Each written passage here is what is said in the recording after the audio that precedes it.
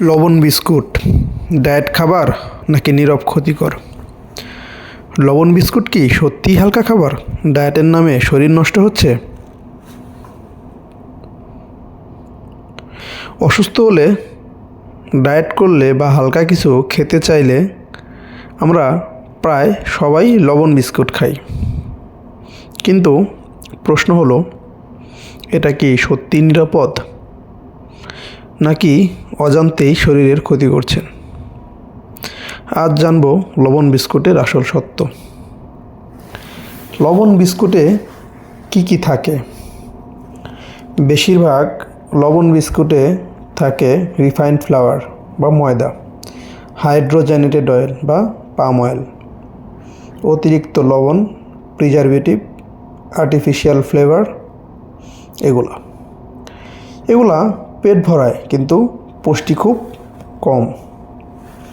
কেন লবণ বিস্কুট ক্ষতিকর হতে পারে? ময়দা হচ্ছে নীরব শত্রু। ময়দা খেলে কোষ্ঠকাঠিন্য বাড়ে, ওজন বৃদ্ধি হয়, ডায়াবেটিসের ঝুঁকি বাড়ে। ডায়েটের সময় এটা সবচেয়ে বড় ভুল। Hidden salt danger. লবণ বিস্কুটে থাকে অনেক বেশি সোডিয়াম, ফলে উচ্চ রক্তচাপ, হার্টের উপর চাপ ও কিডনির ক্ষতি করতে পারে।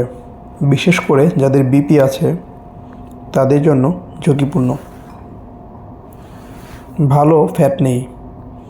এতে যে তেল ব্যবহার হয় হার্ট ফ্রেন্ডলি নয়, কোলেস্টেরল বাড়তে পারে। কেন অসুস্থ হলে দেওয়া হয়? কারণ এটাকে খুবই হালকা খাবার মনে হয়, যা সহজে হজম হয় এবং কি পেট ভরে থাকে। কিন্তু এটা অবশ্যই নিয়মিত খাওয়ার জন্য নয়।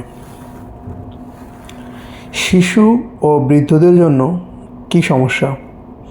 শিশুদের পুষ্টিতে ঘাটতি হতে পারে, খাবারের প্রতি আগ্রহ কমে যেতে পারে, বৃদ্ধদের বিপি ও গ্যাস্ট্রিক বাড়ে।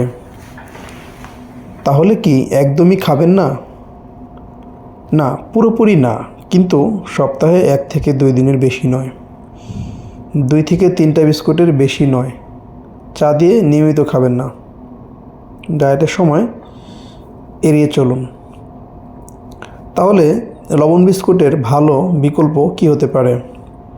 বিকল্প হতে পারে মুড়ি প্লাস বাদাম, ওটস বিস্কুট, হোল হুইট রুটি, ফল প্লাস দই। লবণ বিস্কুট অসুস্থ সময়ে ঠিক আছে, কিন্তু প্রতিদিন খাওয়া বিপজ্জনক। ডায়েটের নামে এই ভুল অবশ্যই করবেন না। ভিডিওটি ভালো লাগলে লাইক করুন, কমেন্ট করুন। পরবর্তীতে কোন টপিকসের ওপর ভিডিও পেতে চান? ভালো থাকবেন। আল্লাহ হাফেজ।